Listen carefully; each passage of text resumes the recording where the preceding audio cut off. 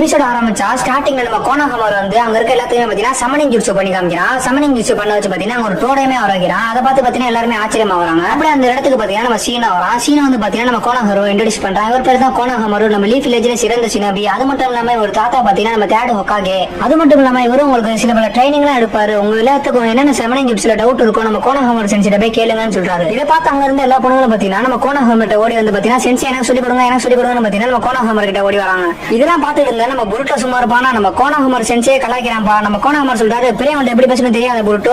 இதெல்லாம் கேட்டா அங்க இருக்க எல்லா பொண்ணுங்களும் கடுப்பாயிருக்காங்க. கடுப்பாயிட்டு பாத்தீங்கன்னா நம்ம சோச்ச புருட்டோ கிட்ட சொல்றான், உனக்கு பாத்தீங்கன்னா கோனாகமார் சென்சியை பத்தி போறாமா, அதனால தான் இப்படி பேசுறேன். இதெல்லாம் கேட்டுட்டு இருந்த புருட்டோ பாத்தீங்கன்னா ரொம்பவே கடுப்பாயிரான். கடுப்பாயிட்டு பாத்தீங்கன்னா ஓடுறான். எங்க ஓடுறான்னு பாத்தீங்கன்னா நம்ம கோனாகமார் கையில ஒரு ஸ்கோர் இருக்கும்ல, அதை எடுத்துட்டு போயிட்டு பாத்தீங்கன்னா சமனிங் ஜூட்ஸ் பண்ணலாம்னு பாத்தீங்கன்னா அதை எடுத்துட்டு ஒரே மாசா சமனிங் ஜூட்ஸ்னு சொல்லி கத்தவன் பாருங்க. அப்படியே நம்ம புருட்டோ அப்படியே ஒரே பல்பா இருக்கும். அப்பதான் நம்ம சீனா சென்சி சொல்றாரு, சமனிங் ஜூட்ஸ் பண்றது அவ்வளவு ஈஸி இல்ல, ஃபர்ஸ்ட் விலங்குகிட்ட பிளட்டால கான்டாக்ட் பண்ணணும். அது மட்டும் இல்லாம விலங்கு நீ சொல்றதை கேட்கணும்னா அது ரொம்பவே கஷ்டம்.